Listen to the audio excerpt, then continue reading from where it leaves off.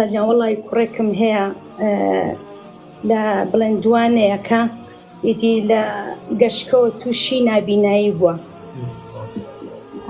لە ئێستا مامۆستاجان پرسیارەکەم بۆ ئەوەیە بڵێن لە هەموو ئەوەیەکیدا زۆر هاوکاری منداڵەکەمم تەمجا بزانم خوای گەورە هەتا چەند ئەجر و پاداشتم دەداتەوە، یعنی زۆر لەسەری شکرم، زۆر سابیرم، زۆر شکرانە بژێرم لەسەر ئەوەی کە خوای گەورە هەردوو چاوی لێستاندۆتەوە.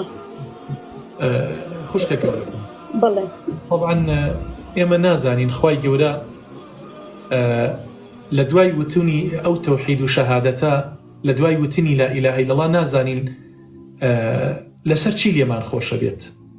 یعنی تۆ سیرکە کەسێک کە ئەو ئەدا بە سەگێک، سەگەکە زۆر تینووە، باشە کە ئەبینێت ئەم سەگەل لە تاوە پەلاماری خۆڵەکەدا زمان عەرزەکە ئەخشێنێت لە حەیبەتە نازانێت چی بکات.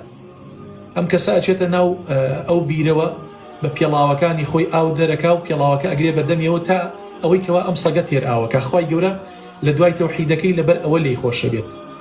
بۆی هەیە خوای پەروەردگار لەم خوشکە گەورەم خۆش بێت، لە جەنابەت خۆش بێت بە هۆکاری ئەوەی تۆ هاوکاری ئەو مناڵە بێت بە سزماناکەیت، ئەو مناڵە نابینایاکەیت و یەقینشت هەبێت ڕەنگە خوای پەروەردگار ئەو مناڵەتان بۆ بکاتە چرایەک هەم بۆ دنیا و هەم بۆ قیامەتتان. یعنی ئەگەر 10 ساڵێکی تر بیر بکەیتەوە ڕەنگە کوڕەکەت ببێ بە حافظی قورئان، باشە بە هۆکاری ئەو مناڵەتانەوە تاجی زیڕین بینێنە سەرتان لە قیامەتە کە هەموو کەسی ئاواتە خوازە بەو تاجە. بۆیە نابینایی نەقص نییە. نابینایی ئەگەر کەسێک نابینایەکی هەبوو مانای ئەوە نییە ئەم کەسە ماڵی لێ شێواوە، ئەم کەسە ئیتر تەواو تووشی نەکبەتی تووشی موسیبەتێکی زۆر گەورە بووە.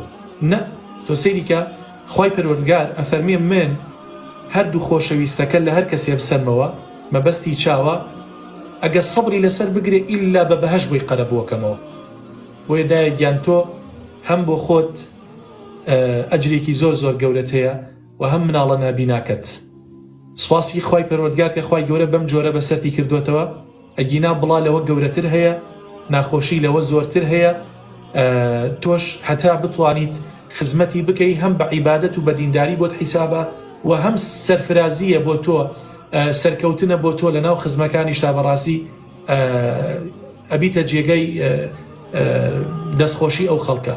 وەلەو دەستخۆشی خەڵک شتێکی زۆر باشە لە کاتێکا تۆ بتوانی خوای گەورە لە خۆت ڕازی کەیت. مامۆستاجان وەڵی ئەمن بڵێن تەمەنی منداڵەکەم تەمەنی 12 ساڵە، بڵێن لە شارێکم سپاس بۆ خوای گەورە لە مەکتەب بڵێن ئەو مامۆستایانە نییە بڵێن ها بە حکمی ئەوەی کە ئێستا مامۆستای تایبەتی بۆ دانەندراوانە، ئەمن وەک ئەوەیەکی بڵێن شەهادەم نییە، بەس 6 ساڵ دەبێت، ئەو ساڵ دەبێتە 6 ساڵ ئاوە بە دیاریەوە ڕادەوەستم لە ژووری پۆلەکەدا، یعنی هەموو شتێکی هەموو قوربانیەکەم داوە سەبارەت بە منداڵەکەم، ئامادەمە هەموو شتێکیش دەکەم. یعنی مامۆستاجیان بڵێن لە هەموو شتێکی دەبێ هاوکاری بی.